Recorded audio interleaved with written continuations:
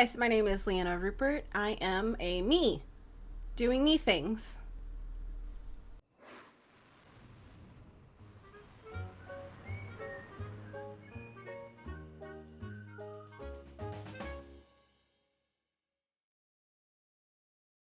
It's what we do.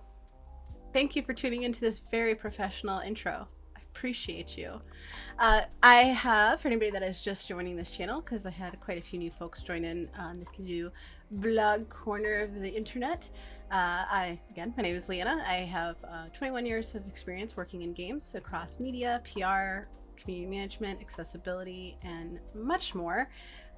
With that experience comes with a lot of stories and a lot of opinions, and this video channel is mostly dedicated to that, but as you can kind of see through my videos, there's other topics too, like ghost stories and other stuff, and why I returned to Hinduism, and it's just basically a diary. I'm not a content creator by any stretch. That takes a lot more commitment and time that I just don't want to invest into this right now. Not to say that is a bad term of investment. I have nothing but respect for content creators, because holy shit, they are their own brand managers, HR, content creators, editing. It's just insane. But that is not the purpose of this channel. So not every video is probably going to be for you, and that's okay. At the end of the day, I am doing this for myself. It's just, I like sharing. I'm Southern. We like to overshare. It's what we do. And that's what this thing is. So what are we talking about today? Today, haha, we are talking about live service and what the fuck is wrong with it. Just kidding. Well, not really. That's half truth. I love live service games. I keep trying to get into Final Fantasy, and I want to so bad, because all of my friends that have very similar taste in games are absolutely head over heels obsessed. There's just something blocking me from it, but I keep trying. I've uninstalled and reinstalled it so many times, so we will persevere until, damn it, we like it, because I know it's my type of game. But I've also been talking with a bunch of studios recently in consultation of helping them make sure that accessibility checks are done, and even some community management foundational laying is also being done as well. And because of that, it really has my noggin thinking about something that I've been thinking about for a while. And one of the things that I kind of wish I was still media is I could write about this in a way that will have a platform to invite discussion. I don't know if this video will accomplish that, but what I want to talk about in this video, and also hydrate or dehydrate, bitches. What is wrong with live service? So just for some backstory on to why I even want to talk about this. Sony, under Jim Ryan, before he departed the company, went all in on live service, effectively making studios force turnover into this model, regardless of whether they were equipped for that or not. All game development is incredibly challenging. Live service is a beast of its own. Every game dev that has launched a game will tell you it's both the most exhilarating and stressful thing ever. And that is very true. The difference between live service and single player games is once that launch is done for a single player game, there's still work to be done for sure, but that launch pressure is lowered until you work on what discovers next. With live service, i.e. like a game like Destiny, you have that stress of a launch every 3 to 4 months. So you never have that come down rest period. You only have the go, go, go, go, go. So it's not meant for everybody. Some people are just made for it, like literally they can do that kind of hustle, no issues, long-term, sustainable, all Gucci. And then there's others that thought they wanted to do that, got into it, was like, this is not good for my mental health. Both instances are absolutely valid, and both deserve to do what they need to do to make themselves happy. However, there is a problem that we're seeing. We're seeing a lot of publishers demanding studios to really go balls deep into live service games.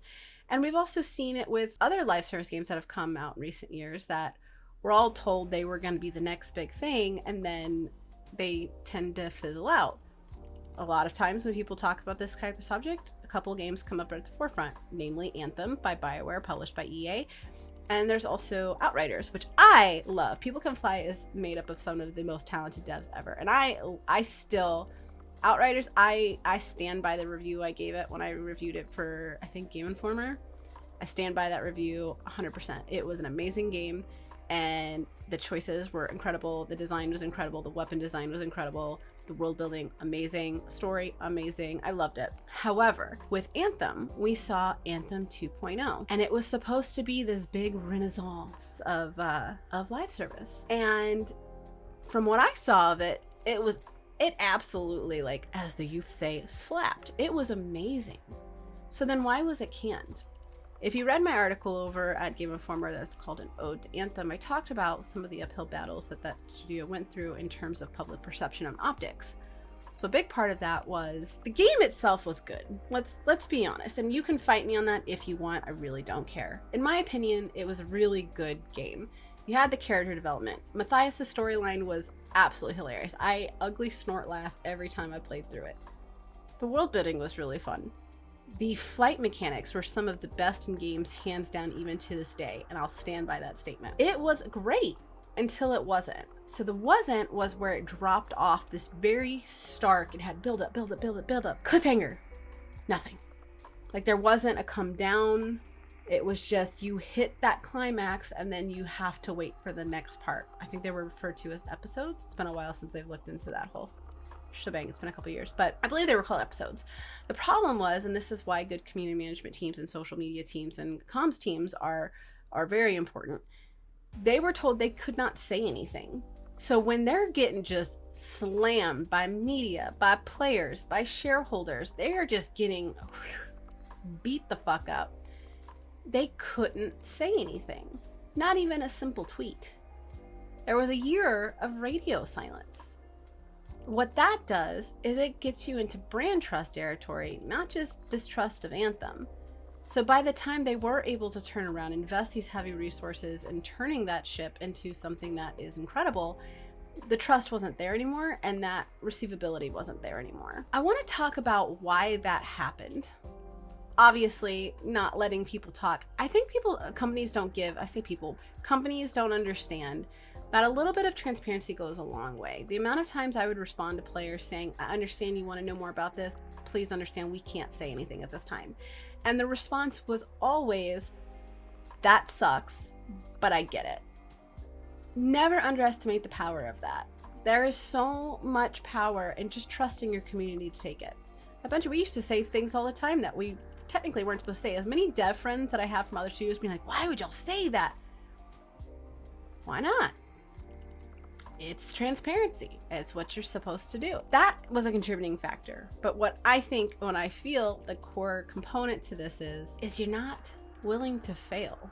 If you're going into a live service game, if you are prepping to go into a live service game, and this is ignoring all of the other red flags, are you built for that? Do you have the right teams for that? Is there the right experience for that? Do you have the bandwidth for this? Have you structured your studio in a way that they can do this ongoing development cycle with no breaks in a healthy way? All of that aside, the one thing that I really feel contributes the most is you have to be willing to fail. Look at Destiny. When Destiny 1 first came out, flopped. People didn't like it. Where's the story? Where's the purpose of playing? What am I doing? Taken King arrived. It's the best fucking game ever. Let's go. Destiny 2 arrives. Okay, there's a little bit of a story, but it filtered out very quickly. Where's the story? Where's the content? Then you had Curse of Osiris. With any other studio, a Curse of Osiris flop would have made that studio shut its doors. That's a big testament to leadership and to devs that they were able to circumvent that, because any other studio would have caved. BioWare, for instance, which is exactly what they did with Anthem. And I'm not saying that's BioWare's fault. I'm saying a lot of those decisions fall in leadership. All of those decisions fall in leadership.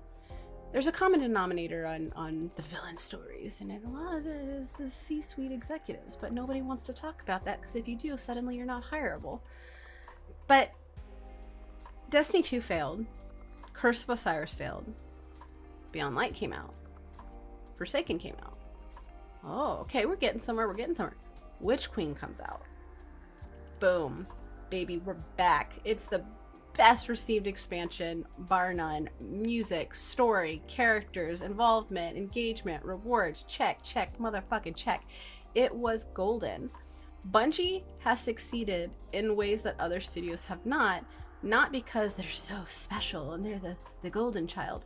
while I do agree the devs are some of the most magical human beings I've ever met in my entire life and some of the most talented, the winning component isn't just that. It's Bungie's not afraid to fall on its face. It falls on its face, gets the data from that falling of their face, and then they come back swinging with even better shit. That's what they do.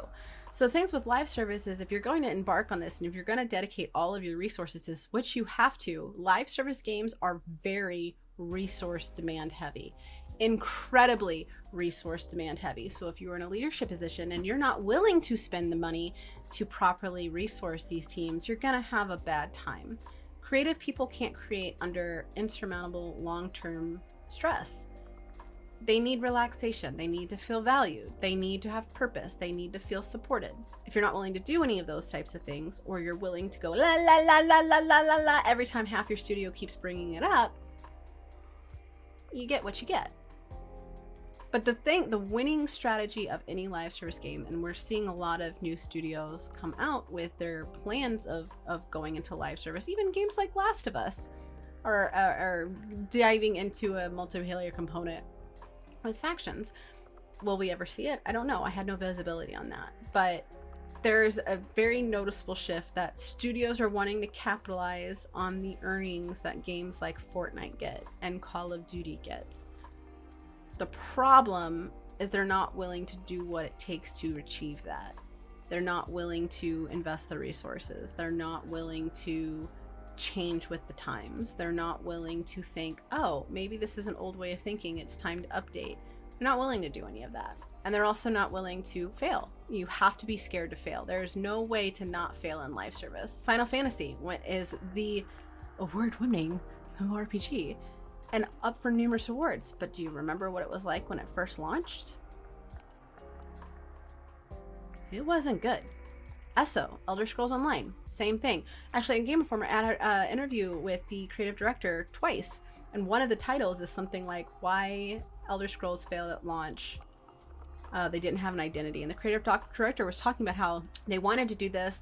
This was a big project they wanted to do, but they didn't understand what the game actually was going to be. They didn't have a firm identity set before production, before development, before deployment. And when you have that loss of direction, it's felt. It's very easily felt. Never underestimate the intelligence and perceptivity of your audience. That's a rookie mistake. We all know this. But it is important to note that the two biggest MMORPGs are where they are because they failed big and they failed hard, but they didn't give up. That's something that I will always be so sad for the BioWare teams that were pulled off of the projects they love to work on this new game and genuinely believed in the new game, thinking it was really cool because it was. It was a very amazing idea. It was executed well up until it wasn't. And it's very interesting to see how that colossal failure impacted how publishers see live service versus developers see live service, and how they're willing to push past that because they do see these outliers of success and like, we're gonna do that. And it's possible to do that. We've seen it time and time again. New games come out on the market all the time, and sometimes they fail and sometimes they do really, really, really, really, really well. And there's a couple of companies that I really feel strongly about what they're working on. And I think now more than ever, it's very important to have these conversations because resources and marketability of a live service game is finite, especially when you have a lot of live service games in direct competition with each other within the same vein. If you have a bunch of sci-fi shooters, Warframe, Destiny 2, come to the forefront immediately, you're directly competing for a very similar audience for a game that demands a lot of time. So a lot of times players are stuck in this mode of I have to pick one or the other, or they just don't sleep like me and try to play all of them, and holy shit, that's not a good move. But regardless, I'm really nauseous. You cultivate these audiences that are expecting a certain level of quality and quantity. Once you set the standard of this is what you're gonna get, that is what players are gonna expect. Actually, I do want to touch on this really quick. I see a lot of people always talk about like, oh, remember when that Bungie dev at GDC talked about, oh, don't over deliver.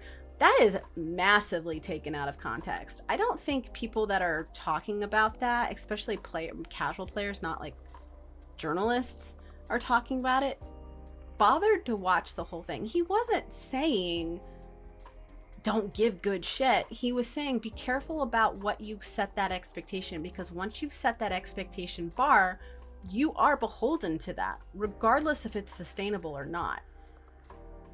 It's not a secret that Bungie has suffered a lot of crunch through the years. There's videos, there's articles about this. Crunch has been a huge component of Bungie, and it still is. Are they trying to mitigate it? Yes.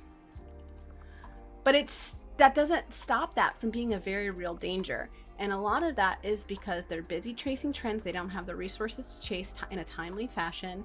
And they set the bar of expectation really, really high, especially with Taken King. That's all that means. It's not saying don't deliver good shit because then players are going to expect. It's think about the quantity and the quality of what you're delivering, and for a live service game, and make sure that you are structured in a way that can handle that in a safe and healthy way going forward.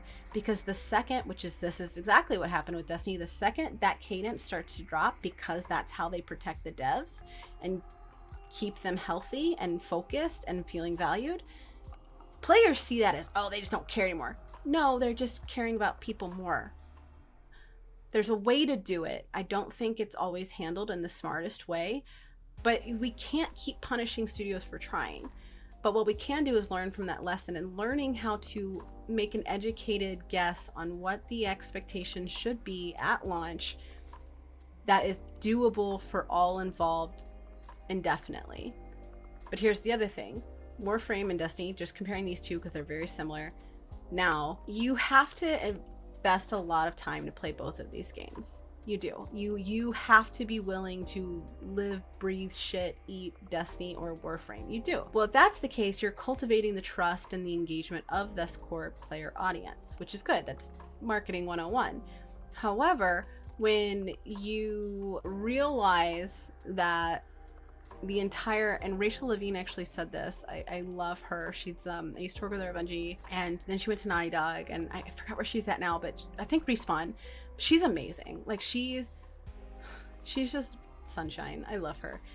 But she has said, time is the currency of live service, and it's very, very true. And what I think people often overlook is that when you're looking at time as that economic driving force, time is the one thing none of us can escape. All of us are going to get old, wrinkly, and die.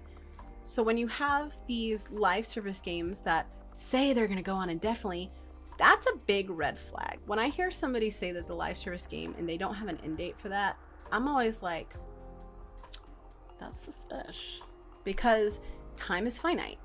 And as you cultivate and focus on these core players, they're going to grow up and have families, and their time is now going to become more and more precious to them because they have less of it to expend on things like games. So then they're like, well, it's fine, we'll pull in another new audience. No, because new audiences have a different set of expectations that you don't have that history with. So they're going to be demanding, which is exactly what's happened with current games, they're going to be demanding X amount of features, X amount of involvement, X amount of da-da-da-da. The core creators are going to have, no, this is what this is, and this is how those resources are, and this is how this drip feed is, and da-da-da-da. So then you have these two explosive microcosms that are going to be constantly competing against each other because they have different needs as a consumer. And that's when studios start just splitting in half and just really falling apart at the seams. I'm not calling out any studio in particular, but I'm pretty sure you can connect the dots of what I'm saying here because it's obvious. And it's not for lack of anything other than you just need to realize that times change and you need to be willing to change with them. Temper those expectations. There's also a reason why a lot of these Destiny and Warframe killers never really make it off the ground, because live service games weren't really meant to last this long. What about World of Warcraft? Compare World of Warcraft and Destiny 2 and tell me how those are similar. Different type of game, different structure of a game, and it's built around that. Those are apples and oranges at this point. We're talking about similar market veins. Studios want fast. Studios want, like World of Warcraft is amazing. I've been playing it since vanilla, but it has its own pacing that would not work for any other game off the top of the bat. Like, it would have to be bled into the bone marrow of whatever new game is inspired by that. But publishers don't want that. And I say publishers, not developers. Publishers don't want that. They want the fast money. They want the fast return. They want the fast timeline that they can give to shareholders to ensure the proper funding. Okay, well then you need to be not scared to fail, and you need to make sure you're resourced. However, you also need a timeline. You should not expect a game and a live service component for a fast-paced market to live beyond 5 years, 5 to 6 years, 6 years, 7 being generous, but I really think they're pushing that envelope there. And then you're running the risk of ruining the legacy. Why not end on a good note instead of puttering out a slow death? Like, if it was up to me, Final Shape would be the end of Destiny 2. I think that would be a phenomenal way, because Final Shape is amazing. Like, I can't obviously talk about it because of NDAs, but Final Shape, I really am excited. I'm really excited. Like, it combines so many elements of storytelling that I'm so fascinated by. And there's a lot of spiritual elements, and you see characters in a completely different light in a lot of these instances, and it's incredible. That's the way to end Destiny. And then invest in something new. Obviously they have Marathon, but invest in a single player game. Because here's the thing, this happens in every industry, not just games. There's always these like popular bubbles that just pop out of nowhere, and then the industry shifts to focus on that one bubble. But bubbles burst. That's just nature. There's no bubble that is infinite. They're all finite. So when that collective bubble bursts, which we're already seeing with Jim Ryan stepping down, what you're gonna see with that decision, because Jim Ryan was the big like push of live service, that's the future. And that went directly against some of the philosophies of other people in that circle. And so now that he's out of the way, I have a feeling that they're going to pull back that a lot, because they recognize that's not the smartest business move to put all of those eggs into one basket. Why am I clapping into my microphone? I'm so sorry. When that bubble bursts, we're going to see a ton more layoffs. We're going to see a ton of more angry devs. So here's the thing. When we got laid off, I wasn't mad because we got laid off. I was mad at how it was handled. They lied to our face numerous times, had a rah-rah rally 2 weeks before telling us layoffs weren't going to be a thing. But we got to work hard, you guys. No this, no that. We got to work hard. And we were all on board, only to be told first thing in the morning with no notice, oh, by the way, not you. Having that bubble burst is going to see a lot of deconstruction of a lot of these studios, and a lot of publishers that are kind of having as many studios as they can to build their own network are going to see this total collapse. Just like civilizations, just like any other industry, there is a natural order of creation. There's the apex where the epitome, like just Roman Empire, like they were like the empire to be until they weren't, because you go up, plateau, and that's the highest peak. You plateau a couple of years in civilization terms, a couple thousand in game dev terms, 1 to 2 years. And then once that happens, the eventual collapse happens, because time, technology, society expectations, they all move incredibly fast. I'm gonna sneeze. Damn. They all collapse. So when this live service bubble collapses, we've been in this plateau since Fortnite really made it big. Because remember when Fortnite announced its Battle Royale mode, nobody thought it would do well. People were like, oh, they're just trying to be like PUBG, because PUBG was the creme de la creme at that time. Then Fortnite comes in with an entirely different idea on that same space, and suddenly PUBG's numbers dropped drastically.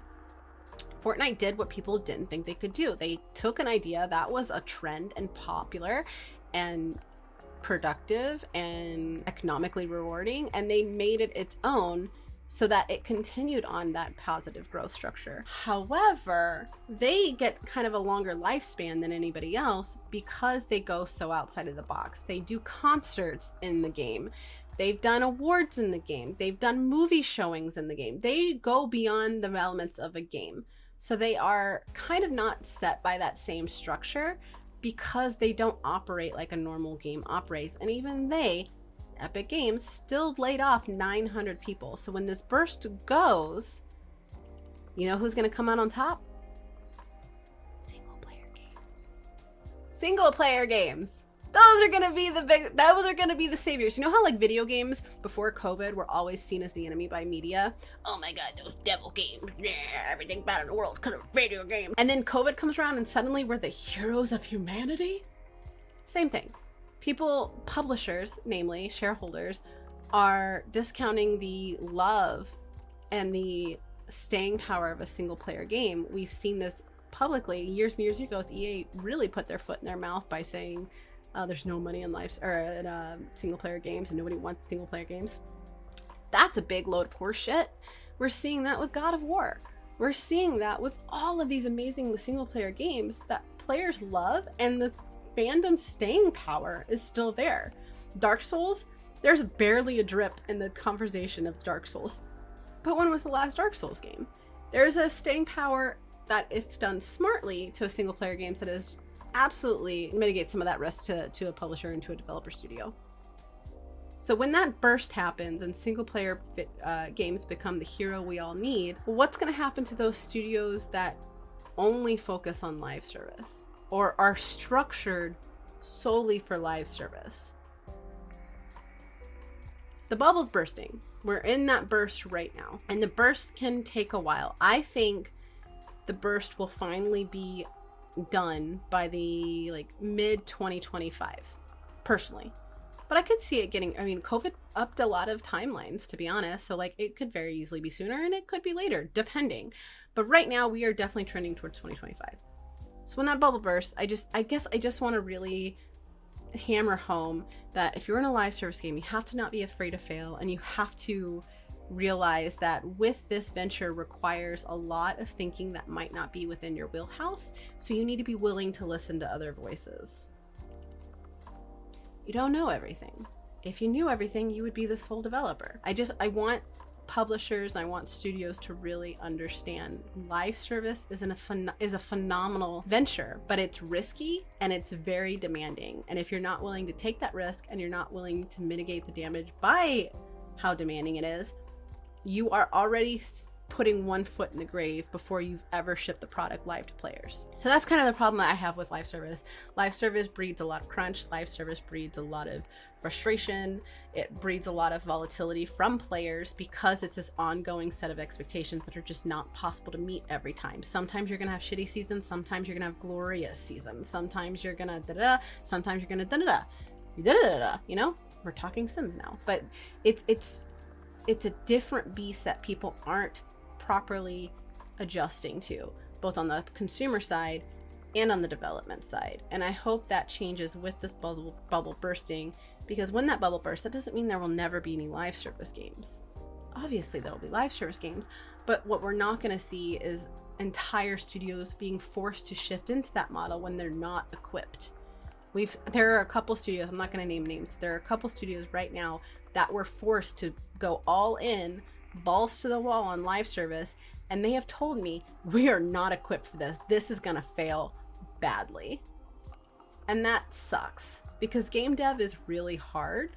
And so to put all that time, effort, passion into something that you don't even think will make it out the door sucks. So what players need to do is they need to ease up on the armchair dev, because there's so many videos I've watched that I'm like, wow, they sound good.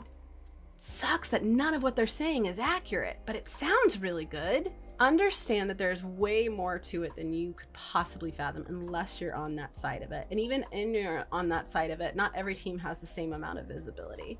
We need players to be more understanding and more guiding. Not saying don't give feedback. I'm saying go fuck yourself is not feedback. Feedback is, hey, this system felt very poorly designed. I'm not sure what would be the fix here, but here are my recommendations that I would like to see as a player. That's incredibly helpful. That is incredibly helpful. The rest, not so much.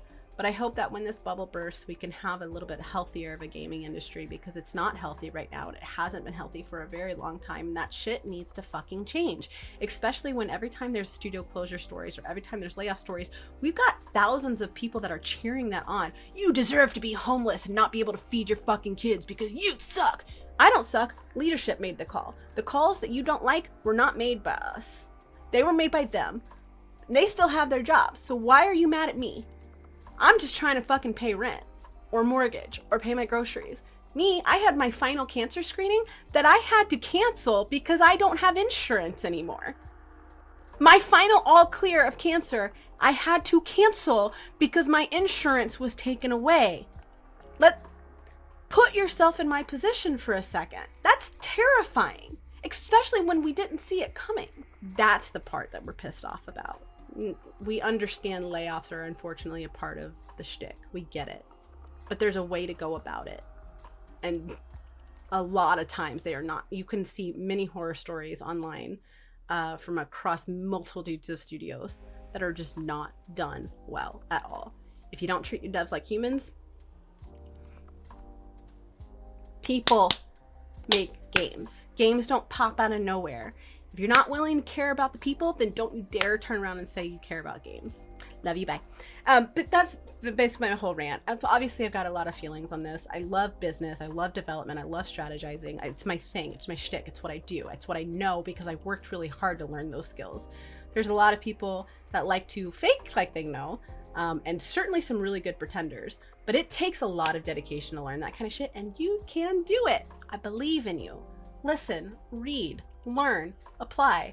Don't just fucking regurgitate because you heard it and it sounds pretty and then that's it. Like, if you don't understand it corely, have that honest conversation with yourself. If you don't understand it corely, you got more to do, and that's okay. Life is a journey. We're on it together. But it just makes me very irritated that we're seeing so many studios being forced to go into this box of live service and they're not equipped for it, and the people that are able to make it a reality are the first ones to be punished. That's all I wanted to say. Time is a currency. Bubble's gonna burst. You gotta be afraid. You can't be afraid to fail, and you gotta communicate. Give your players some credit. There's no longer the hiding behind, but we can't say that because da-da-da-da. The line between consumer and product developer is so thin. We cannot abide by that standard anymore. You need to be more transparent. You need to be more honest. When something doesn't work, you need to be honest. If you have to go back on a promise, you need to be honest about why. If the reason is we simply can't afford it, then say it. You will be surprised by the amount of player empathy you will receive. That's all I'm gonna say. Thank you so much for tuning in, and I will... Actually, you know what? What we need to do is... right. I'm not... The notification, subscribe. I'm really good at this, can you tell? I'm so professional. I don't have a schedule, so don't feel free to put the notification bell if you care about what I post. If not, that's totally fine. I understand. I wouldn't subscribe. I get it. I totally get it. But yeah, just you know what? I can't do it in TWABs anymore, so I'm gonna do it here. Make sure you're prioritizing that mental health. You are drinking that water, and you are always leading with your kindest foot forward. On that note, I will catch you guys next time. Later, friends.